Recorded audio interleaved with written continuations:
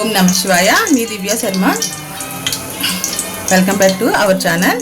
ఈరోజు పనసకాయ బిర్యానీ చేస్తున్నా అండి. ఫస్ట్ మసాలా దినుసులన్నీ వేసుకోవాలి. దాల్చిన చెక్క, లవంగ, షాజీరా అన్నీ వేసుకోవాలి. ఫస్ట్ వేసుకున్న తర్వాత తరిగి పెట్టుకున్న కాయగూరలన్నీ వేసేయాలి.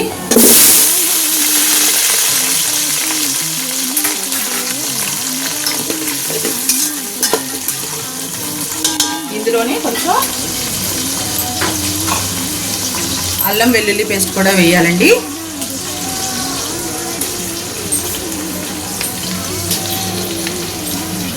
ఫ్రెష్గా ఆడుకున్నదే వేయాలండి, లేకపోతే బాగుండదు.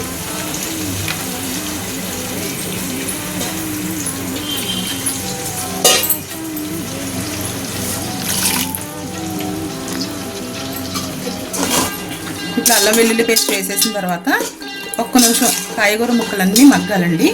ఇందులోనే మనం ఆల్రెడీ కట్ చేసుకుని ఒక్కసారి ఒక ఉడికి రానిచ్చి కొద్దిగా ఫ్రై చేసుకున్నా అండి. ఆ పనసకాయ ముక్కలన్నీ ఇందులో వేసేసుకోవాలి.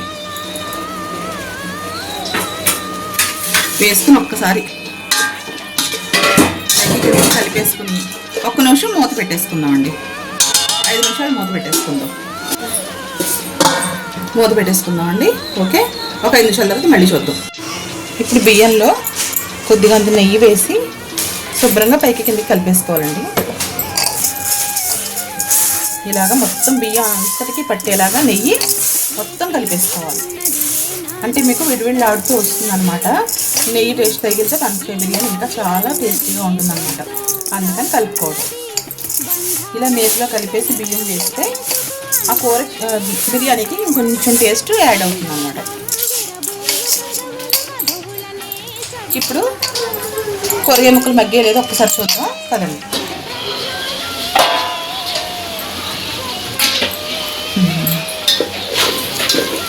చూసారా, చక్కగా మగ్గిపోయండి. ఇగో టమాటో కూడా మొత్తం మగ్గిపోయి. ఇప్పుడు ఇందులో ముందుగా చిలికి పెట్టిన కొద్దిగా అంత పెరుగు వేద్దాం. ఎక్కువ అవసరం లేదండి, కొద్దిగా చాలు టేస్ట్ కోసం.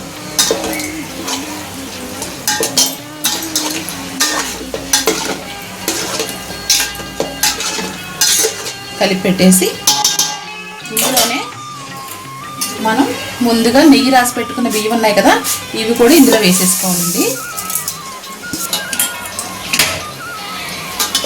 ఇప్పుడు వేసిన బియ్యం కాయగూర ముక్కలు అన్నీ కూడా పైకి కిందకి ఒక్కసారి కలుపుకోవాలండి.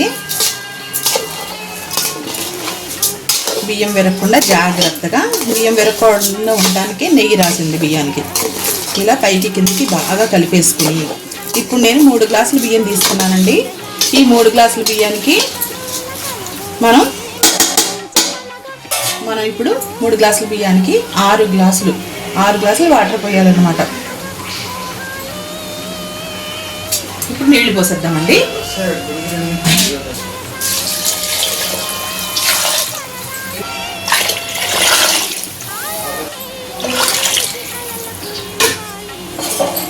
వేసాం కదా, ఇప్పుడు దీన్ని పైకి కిందకి ఒకసారి కలుపుకోవాలండి.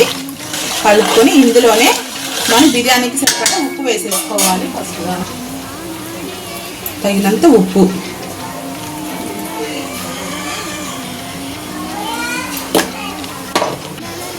ఇందులో బిర్యానీ మసాలా కూడా వేసేసుకోవాలండి. మన రుచికి సరిపడా వేసుకోవాలండి. దీని క్వాంటిటీ అంటూ ఏమి ఉండదు, మన రుచికి సరిపడా వేసుకోవడమే.